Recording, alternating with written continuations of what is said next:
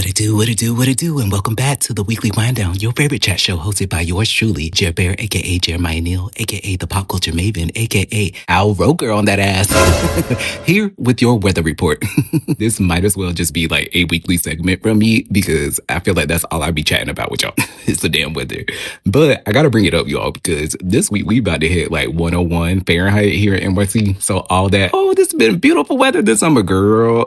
The universe shut my little booty up. But then in tandem with that, in Idaho, y'all, it's snowing.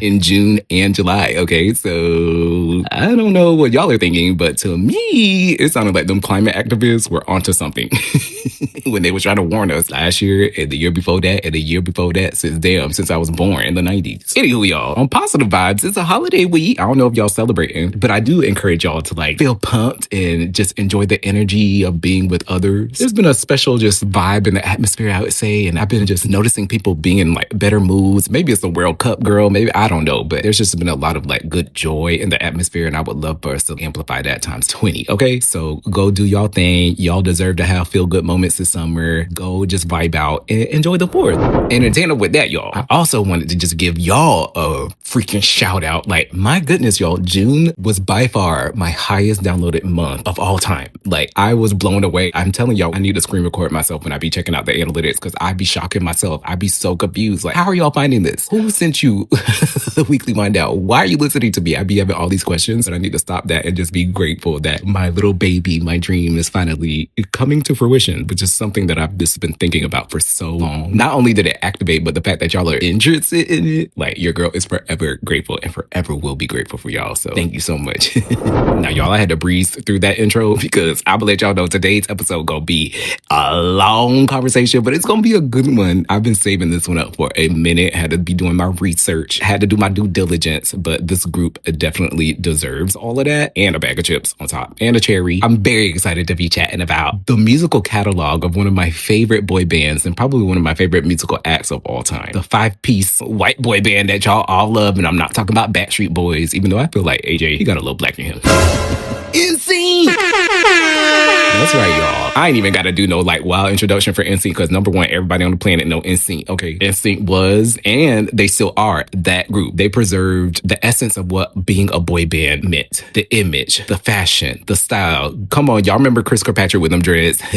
And then when it came to the musicality of things, the tight harmonies, the great stage presence, the dancing, the choreography, the use of tenors, baritones, and basses. Like, I feel like current artists could never. NSYNC, outside of their bomb-ass music, also presented a wonderful masterclass of how to turn your musical act into a worldwide brand, a sellable brand that will break records. Along with their success, there were a few shortcomings. They had a couple of road bumps, had us a little shooketh, and they took the longest of hiatuses. Y'all, we'll talk about that way at the very end. But besides all those shortcomings, you know, with management, finances, and brotherhood, as a whole, I feel like their brand will be extra history. You know what I mean? They're going to be one of those pop acts that will be remembered for all time. And I'm so glad to be chatting about my boys. So yeah, how today's going to roll is we're going to be going album by album. Going to be discussing how their music evolved, looking back at the singles, the deep cuts, the album tracks, examining who were the producers of these songs, which era of pop culture they were associated with, what trends they activated. You know, half the time they probably didn't even know 20 years from then that they would still be relevant. But I guess that's the beauty of just art and just being yourself. And also the lingering question of, will we ever get another NSYNC album, girl?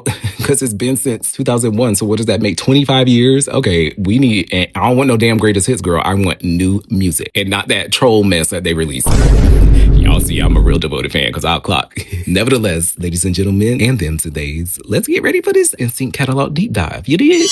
All right, so before we hop into the music, y'all, we got to talk about how NSYNC was formed. This is very important. It'll touch on some of the wins and the losses of the group that happened later on. But if y'all didn't know, NSYNC was formed in 1995. Dang, I was 5 years old. Come on. In Orlando, Florida. Shout out to Florida. Florida was, I'm so glad. Now, Florida is crazy, y'all. You know, we got Florida Man and we got all them crazy people, y'all. But there was nothing like going to Universal Studios in the 90s where they had Nickelodeon Studios being filmed. So we had Double Dare and all them shows was housed in Orlando, all that. And clearly the Mickey Mouse Club, because that's where JC and Justin and all them was meeting prior to NSYNC. But shout out to Orlando, which eventually pushed out O-Town. But speaking of that, the reason how the group got together was because Chris Kirkpatrick had a meeting with O-Town's and Backstreet Boys manager, Lou Pearlman. Lou said he wanted his piece of the pie because he was signing himself on as 1/6 of members of groups. That man is so crazy. So not only did he own everything, then he was talking about he in the group. Oh my gosh. But yeah, Chris was left in charge of, recruiting members. So he got Justin Timberlake, and then Justin recommended JC Chasez. And then Chris also worked with Joey Fatone at Universal Studios. So that's how he got in the group. And then they had another bassist, but he left early on in the group. So then Justin Timberlake's vocal coach recommended Lance Bass to the group. So number one, for starters, this is why I always have a soft spot for Chris. You know what I mean? People be trying to play him on those Meet the 90s and All About the 2000s tours that he's been a part of, doing the NSYNC music and stuff like that, performing with O-Town. But in my opinion, I feel like he has every right to do so, given that he started the group.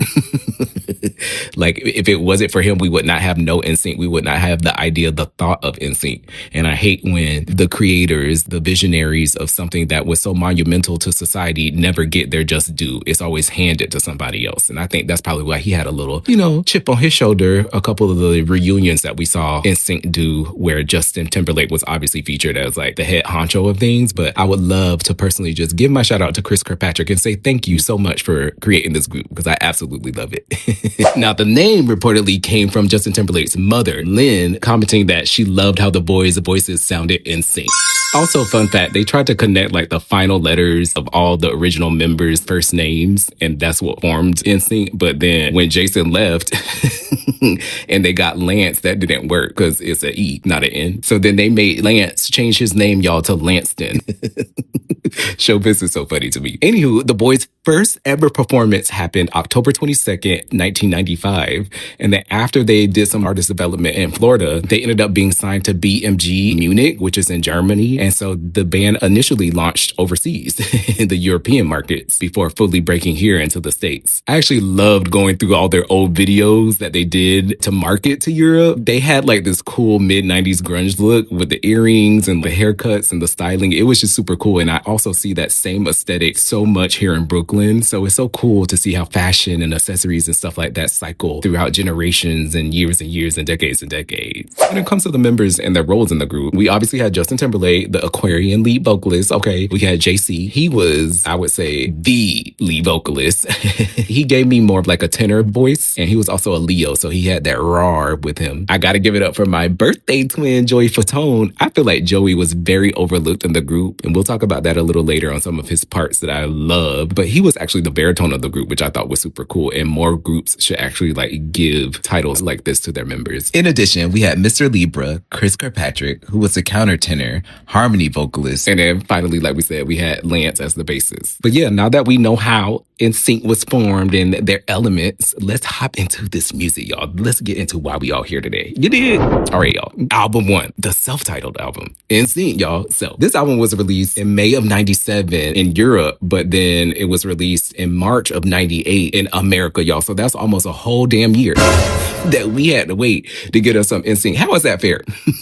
It makes sense. They were signed to a European label, and the label obviously wanted to test the boys in, Germany and Europe before getting them over here to the States. And with the American version of the album, they did some rearranging of the material and some of the sounds to make it sound more commercially compatible with what was on the radio here and to the American teen pop market. However, again, I don't think that's very fair. The same thing happened with Spice Girls. They released their debut album, self-titled as well, in 96, but we had to wait until 97 to get it here in the States. Straight up trifling, y'all. Anywho, the main producers of this album were Max Martin. Oh, come on, Max Martin. Dennis Pop, Christian London, Viet Rin, who's also, I think Viet's been on every single album that they've done, so they should definitely win an award. Gary Carolla. But I would say the main folks that like created their initial sound were definitely like that. Their Swedish sound is so recognizable, and it was so heavily used on so many artists at that time, like Backstreet, Britney. And y'all might actually be familiar with Max's musical catalog as a whole. He did a lot of Katy Perry too, but if you go see & Juliet on Broadway, they use all of his songs for that musical. So that's a fun little fact. But the main singles, they had a lot of singles on their first album, girl. They was not playing around. I want you back. Come on. Tearing Up My Heart. Everybody know that. Everyone thinks that that was their first single, but it wasn't. It was I Want You Back. I Drive Myself Crazy. Oh, that makes me think of TRL, watching them in the Stray Jackets and stuff. Oh, think about that. Think about how important curation generation was back then that I still can remember this years later. It's crazy. Here we go one more time. Everybody's feeling fine. Here we go now. Come on. And God must have spent a little more time on you. See, this is why I like them. They came correct with the upbeats, the mid-tempos, the ballads. Like, they gave us a little diversity right off the bat. Now, they nailed the sound, but again, I just do find it so funny and interesting that, you know, they would take a whole American act. Like, they couldn't have just launched a European boy band to do these songs. They couldn't have recruited 5. But yeah, they took an American boy band to Europe. They took their European sound to America. Shout out to God Must Have Spent a Little More Time on You for being their first top 10 hit on Billboard. I know that's right. I know it was probably very hard at that time because you got to think of how many acts were just dominating through this era. Speaking of more of their chart performance, the album as a whole debuted at number 82 on Billboard, and it only sold 14K, which at that time, that's probably like the equivalent to what Lizzo is going through right now with her 3,000 copies sold. But I will say all of this shifted, y'all, when they did that Disney Channel concert, girl. OMG, July 1998. I know all y'all remember this. This just shifted the whole timeline of music. Like when Disney would re-air it every Friday and every Saturday night, I would rewatch it over and over and over again. And I know I'm telling y'all I was not the only one. But think of that impact. I remember going back to school and talking about NSYNC versus Backstreet, and all that hype really paid off, y'all, because they ended up jumping up to number 2 on Billboard Top 200. And the album remained on the charts for 109 weeks. 30 of those weeks were in the top 10. So we really got to address the marketing team for that. They were hella smart with that type of strategy, and it just goes to show you how pivotal the Disney Channel or like teen-driven content really shaped the consumer market back then. You know what I mean? As a whole, the album sold 4.4 million copies in the States, and as of today, it's certified diamond. Diamond mean 10 mil, girl. Oh my God, that's all I see. Girl. Now, for me, this is one of my favorite albums because it was when NSYNC was a group.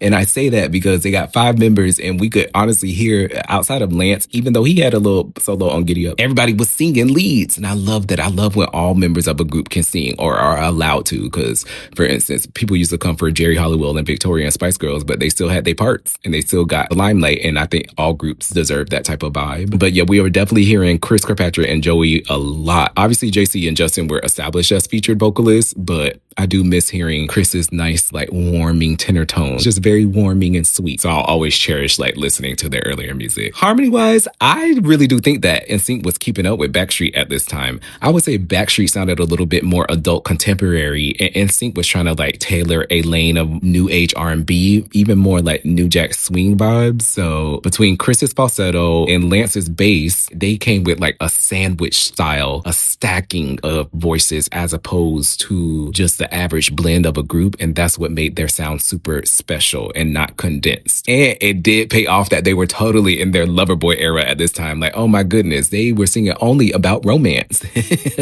And at this time, that's what the girlies wanted to hear, you know what I mean? So they definitely capitalized off that. One song that I feel like does not get enough love from this era, and I already mentioned it, is Giddy Up. I loved that song. It was so funky. It was fun. Ride it, ride it, ride it, ride it, ride it, ride it, ride it.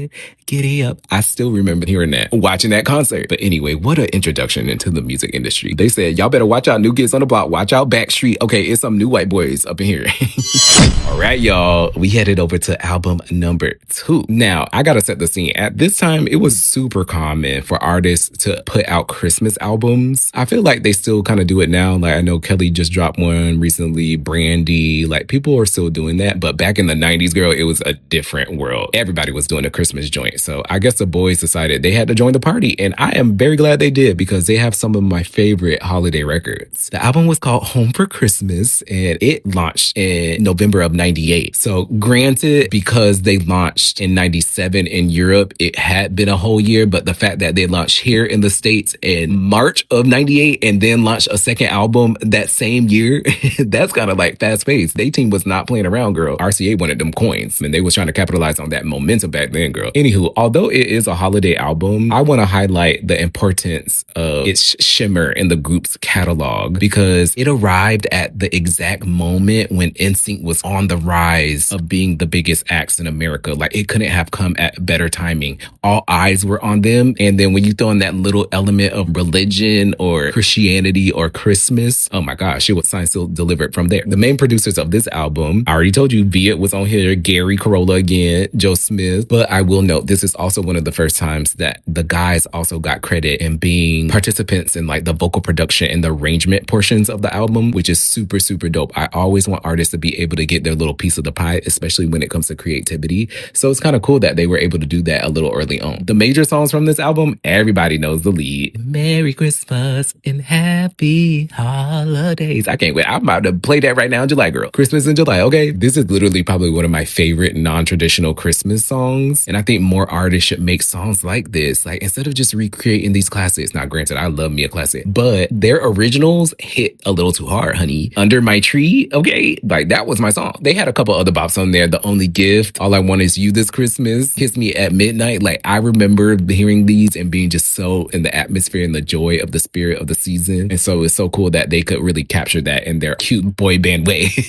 And the harmonies on this album, like, I feel obviously Christmas music allows more of that. Like, it lends to want to have like big harmonies and big vocals, but they really killed it with like the chord progressions and such, making it sound almost choir-like. They had a couple choirs on some of the songs, but like with the five boys, they really sounded like a little boys choir. Y'all be seeing them? Y'all remember like Celtic Thunder?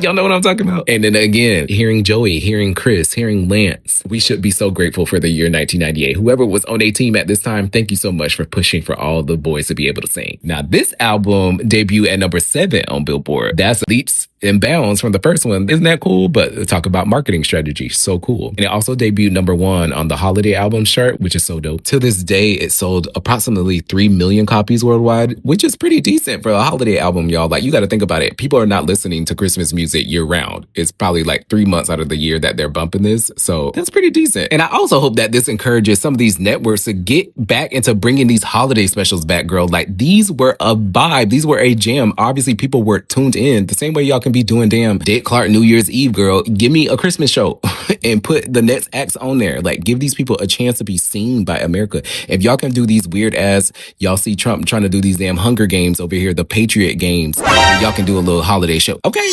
All right, y'all. We hopping over to album number 3. I want to say this is my personal favorite just because of the amount of hits that the album had. Like, this is probably one of the no skip albums if I had to choose one. But y'all, No Strings Attached was such a game changer, not only for the group, but just for music in general. This is when NSYNC was hitting records that at the time it was like Michael Jackson was the only one doing stuff like this. So to see a boy band doing this, woo, girl, they hit they peak. So it seems like the boys took maybe like a year and some change to develop this concept, but it makes sense because they also switched labels. Up until this point, they were with Transcontinental and, like I said, RCA BMG, which is the European label with Max Martin and all them. But they decided to switch to Jive Records and get their freedom back from Lou Pearlman, who was doing all that shady shit. Like I told y'all, signing himself as 1/6 of the group, stealing all their money. They said that they walked away from all their touring, all those sales that we just discussed, y'all. Diamond Records. They walked away each with like $5,000. That sounds like some TLC shit, no shade. But shoot, after the record sales of No Strings Attached, girl, I'm pretty sure they got that all back, girl. To be honest, I remember this day so vividly. March 21st, 2000. I remember running to the TV and seeing them in Times Square in New York City celebrating this on a Tuesday, because that's when music releases used to come out. Like, this was peak life for me, and I couldn't have been prouder. Like, I was so excited. But anywho, these boys called the album No Strings Attached because it was actually a reference into them getting their newfound freedom back from Lou Pearlman. Without the games, without the bullshit, they're living their lives. And so that's why they went with the whole like puppeteer theme, and they were the dolls and the It's Gonna Be Me music video. Like, that was the original reason for all of this. The reason why I like this album though is because it sounded like the American album. It sounded like, and no shade to Max Martin and stuff like that, because he was definitely on the album. But this is when they started adding cool producers like Shakespeare and Teddy Riley, girl. Okay. And the boys also produced, JC and Justin also produced on here. They broadened up their sound by throwing hints of R&B. They obviously had the commercial pop, but they had the R&B. They had like new edgy elements that I just really feel rounded out their sound and really made made them like an American boy band. And then they were experimenting with a lot of electronic sounds, which would then be repurposed in like the late 2000s. We got the Keshas and the Devs and stuff like that. Go listen back to No Strings Attached. You're going to hear a lot of them same sounds on that album. And honestly, when it comes to singles, no, it's singles and album tracks. I'm trying to tell y'all, there are no skips. They produce some of their biggest hits of all time. Bye, bye, bye, honey. Can we discuss how iconic this song is? And the choreography? Like, yes, it's gonna be my... Like, they submitted themselves with this into pop culture history. With that one, y'all, they became an annual internet meme. That is goals. Now, y'all, It's Gonna Be Me is actually NSYNC's only #1 on Billboard. Isn't that crazy? But then again, like I said, y'all, so much heat dropping in the year 2000 and the whole decade. So it's kind of dope to see that they broke, again, records that you would think like Michael Jackson and other artists previously only held. This is now done by a boy band. Even New Kids on the Block wasn't even doing shit like this. This is so dope. Another fun fact is Joey has the counter harmony of the hook. It's actually like the part that I gravitated towards the most as a kid. And I just always assumed it was probably JC or Justin that was singing it because they were the featured lead vocalists. But this is why being in a group is so important, y'all. Just because you have people in a group, sometimes your role isn't necessarily to be the lead. Sometimes it's to set up the full roundness of a sound. And by doing this, you could be so essential to the sounds that we love and crave and desire to hear. You know what I mean? Those are frequencies that y'all are emitting. So shout out to Joey Fatone for doing this like cool ass harmony in the biggest songs of their career. The only one to go #1. Now, the big ballad of the album, y'all, and one of my personal favorite songs, This I Promise You. I feel like this is the song. First of all, we got to celebrate back-to-back hits for singles, but this song is the one that I feel like cemented JC as the lead vocalist to me in NSYNC. That last hook, when the key change and he hits those ad-libs, I said, oh, that's my man. Oh, baby, bring it on to me, please. But yeah, like I keep mentioning, the one thing that I think that makes No Strings Attached set in stone as that album is because the lead singles and the album tracks were all top tier. They were all on the same level. Just got paid Friday night. Oh my gosh, my little kid self, I didn't even know that was a damn cover, y'all. That song still bumps, okay? Oh, it makes me ill. See you get love and attention. Where my Phase 5 fans at? Y'all remember that cover? Ooh, Chile girl. But anywho, come through Candy Burris. This was honestly the start of them doing that experimental sound with R&B, and I loved it. That one had to be produced by Shakespeare. Digital, get down. Not them predicting sexing, y'all, and digital intimacy. If only we knew what we was singing as kids, girl. Like, but I have a soft spot for this song because I went to my very first night party, I'd say, in maybe the 4th or 5th grade, and I had to perform a dance routine, and this was the song that we danced to, so I'll always remember that. It felt like one of the movies, like Honey, I Shrunk the Kids, but that song is definitely T. Now, my personal favorite song on this album is the title track, No Strings Attached. Like, this song alone shows you why I think NSYNC is probably one of the most talented boy bands of all time. The harmonies of the outro of this song are epic, y'all. Like, they did this cool contagion thing where they were layering, like they were stacking different parts of the song. It was like a reprise where they were taking the hook and the bridge into like this big moment. And I really feel that JC and Chris Kirkpatrick shined so hard on this part, like with the layering of their vocals. Oh my God, chef's kiss. Of course, Justin was killing it with the ad-libs, but the two of them, man, that's one of my favorite parts of this whole album. And in second place, I would definitely say I Thought She Knew. Oh, I love when a group can do a cappella. The vocal arrangements were just top tier to the ear. It's like candy, like velvet. And it's one of my favorite Chris solos. This is where you can see like the pureness of his voice. So sweet, so pure. If y'all listen to their hooks, their harmonies, he fought to make sure that his voice was heard. And you can totally hear it. Once you can identify what sound his voice is making, you'll hear it all the time, tucked behind JC and Justin a lot. So, and Joey, he had his little solo too. Shout out to Joey. Joey looked like he was up in the choirs in Brooklyn, okay, in high school. He went to the Catholic church and he was a little choir boy, but he killed his solo too. To talk about the hype of this album and what it meant for the culture, y'all, for perspective, in one day, the album sold 1.2 million copies. One day. In a week's time, it sold 2.42 million. It remained #1 for 8 weeks. And it was the largest 1 week album sales in history in that era, according to Nielsen SoundScan, y'all. This lasted for 15 years until Adele came along and dropped 25 in 2015, and she sold 3.38 million copies in her first week. So I gotta give my boys that round of applause, okay? Like, that took a long time for someone to even come close. Now, Adele, she kind of did that too, but nevertheless, till this day, the album has sold 15 million copies worldwide. Talk about success, y'all. But like I said, overall, I'm just so happy that I got to witness this era. I don't think we'll ever get another era like this where folks were so invested into music like this, you know, going to school and the concert. I don't know, just the glory days, really. Especially with streaming now, that's all we got going on. People ain't really breaking records like that unless it's like Drake and Taylor, and I feel like a lot of that, no shade, is purchased. So, but yes, shout out to No Strings Attached. Iconic album. All right, y'all. We get into the fourth album, and I don't want to say the final because there's a rumor that they still owe us at least one more album.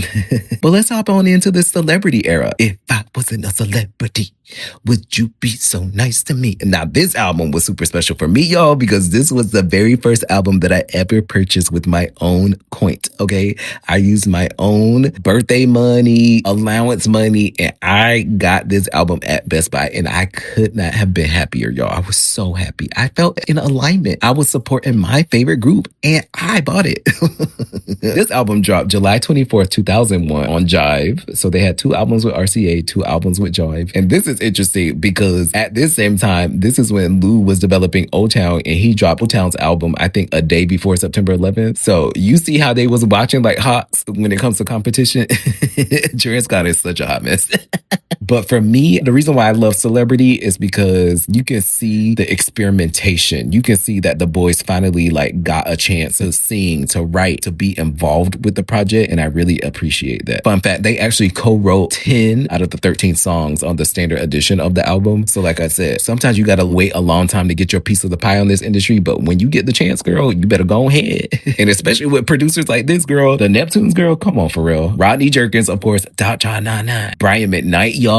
They had dang Stevie Wonder on the damn album, girl. What? And of course, the boys, like I said, they were on there. Viet was on there. Wade Robson actually did some production on here, which I thought was funny. But yeah, I think the boys did an excellent job at bringing together R&B, pop. They had a little 2-step in there too, threw in a little dance. The two of us, beatboxing. Come on, y'all remember Justin's outro? I feel like this was a nice shift into the industry where we were going into more of snappy snares, and obviously Pharrell's production like really dominated between, I want to say, 2001 to 2007. So NSYNC was in a way like a test dummy for this sound, and it really paid off. Now y'all know the singles from this album. Everybody, I would say like these 3 songs were the perfect, I don't want to say way to leave your career, but if you had to go out with 3 lead singles, these were epic songs. So first we had Dirty Pop, probably my favorite music video from NSYNC. I just thought it was shot so well. It made me want to like go to the club. I was so excited to go to the club, dance like that, even though we had fun at the clubs in, I would say, like the mid 2000s and early 2010s, y'all, but they stopped doing that stuff now. Now everybody got a section and they act like they're too cool to have fun and dance. So shout out to NSYNC for showing us that you could have fun unconventionally. Did y'all know that also this is where Joey Fatone got injured? So that's actually Wade Robson dancing with the boys as Joey Fatone. The industry is so funny, girl. They said, we are not rescheduling this. You can go sit down, Joey, and we'll have a stunt double for you. Oh, I also want to shout out Jay Valentine. He was also a writer on here, and I thought that was cool as well. So then right after Pop, our boys, they switched it up, girl. They said, we're going to drop a ballad. Gone. That's the song that I feel like cemented NSYNC into the stratosphere of like a Black consumer fan base, because this is what I remember seeing on 106 in Park and on BET. And this was a song that I honestly could say I heard the most on the radio. Gone was everywhere. And it honestly was Justin Timberlake's first solo single, if we want to keep it real. Made me so sad seeing them in the video all sitting there lip syncing to his voice. But that's what you got to do in the industry. You're selling the song, you know. But that was a worldwide hit, I would say. And then one of my favorites from the album, Girlfriend. Ooh, and that remix with Nelly. Now that was a hit. And JC shined on that. So did Justin too. But JC was really doing the damn thing on that song. But yeah, everything about that era was perfection. And it's one of the albums that I would say transcended sounding so dated to where now I can listen to some of these songs in 2026 and it sounds like some of those records just came out. So I really appreciate that. But some of my favorite songs from the album included You Can Call Me Selfish. I love Selfish. Oh, such a good song. Up Against the Wall. Ooh, that was my favorite song to watch them perform on tour. I loved that song. Tell me, baby. You can tell Justin Timberlake wrote on that, girl. And my all-time favorite from that album, Do Your Thing. Whew. Do Your Thing was a bop. So cool. So in the pocket. It was like I was going to a little lounge, a little speakeasy or something like that. And it was these little cool stylistic white crooners just getting down. Like, that is my song, girl. So experimental. Now, with all the songs that I named with y'all, you would think like, oh, the boys have to come correct. We're going to do a tour and then we got to do more music. But to be honest, the way they were setting things up, it was very clear that they wanted Justin to be doing his thing and they want to set up these solo tracks, which is very common for groups. We saw it with the Jackson 5. We saw it with Destiny's Child. You know, this is not an uncommon thing, but it was just very clear that they switched from JC being primary lead vocalist or the primary feature from No Strings Attached to Justin. It was the Justin Timberlake world at this point. This album debuted at #1, y'all, on the Billboard Top 200. So that's super dope because that makes them one of like the rarest acts to achieve more than one album being able to debut at #1 and sell more than 1 million copies in its first week. I think it sold 1.8 million copies, which is just a little less than the 2.4. These are crazy numbers. Like, what the hell? To date, the album has sold 7 million copies worldwide and it's certified 5 times platinum here in the States. So I think that's super cool. Like, again, if you're going to go out with a bang, if you're going to put us on plateau, if we don't know what we're going to be getting from y'all, I really do appreciate the fact that y'all came so correct with this album. It's literally one of my favorites and I still listen to it. Now, we touched on this a little bit before, but I will say this is where we all started noticing like a little tension with just the presentation of the group. Them lip syncing to Justin's voice in the Gone music video. Justin was featured a lot in the middle of the promo shoots and stuff like that. And I get that that's how public opinion works. Like, you're going to end up gravitating to kind of one member. Someone's going to have like more energy than the others. But even to watch JC kind of getting the short end of the stick, it just kind of didn't sit right with me. Like, they were fading into oblivion while Justin was kind of just getting pushed and shoved into the front. And I kind of felt like that was a little odd for me. You know what I mean? Like, I kind of wish we got like the initial well-rounded sound where they were harmonizing and doing their things as the final moment of NSYNC, not Justin Timberlake solo vibe. You know what I mean? What should be celebrated as like one of their most musically adventurous albums, risk-taking albums when it comes to like their sounds and the blending of all those sounds. It kind of got overshadowed by Justin's solo career. And it also did really good numbers as well. You know what I mean? So I feel like we should think about that in the future. Like, Justin's album dropped a year after this, so it kind of makes sense. But we shouldn't have slept on Celebrity the way we did. It faded into oblivion a lot faster than some of their other releases. And yup, right after the boys finished the Celebrity tour in 2002, they didn't really say nothing, but they kind of just entered a hiatus. And they have never really addressed this. I always thought it was awkward. They went on the hiatus. And all of a sudden, we just got Justin. Now, it's very clear that, you know, between having the Sulu Pearlman, the competition in the market, now we have O-Town, now we have Backstreet up in the mix. I'm sure that was a very stressful time for the boys. I'm also sure that they wanted time to kind of like regroup or figure things out or figure out what they wanted the next sound to be. But in that interim time, Justin and JC, because JC did the soundtrack for Drumline, and he released his own. Y'all remember All Day Long I Dream About Sex? I used to be like, what was JC doing? But I get it. You don't want to be doing that cookie cutter commercial music if that's what you was doing since like the Mickey Mouse Club. But yeah, it was very clear that the boys just wanted some time to kind of experiment and figure out who they were. They did have a couple of reunion moments throughout the years, which I think was super cool. After Justified, after Schizophrenic, after Future Sex Love Sounds, after My Big Fat Greek Wedding. Come on, Joey Fatone. Okay, girl. And the boys kind of established their own solo identities.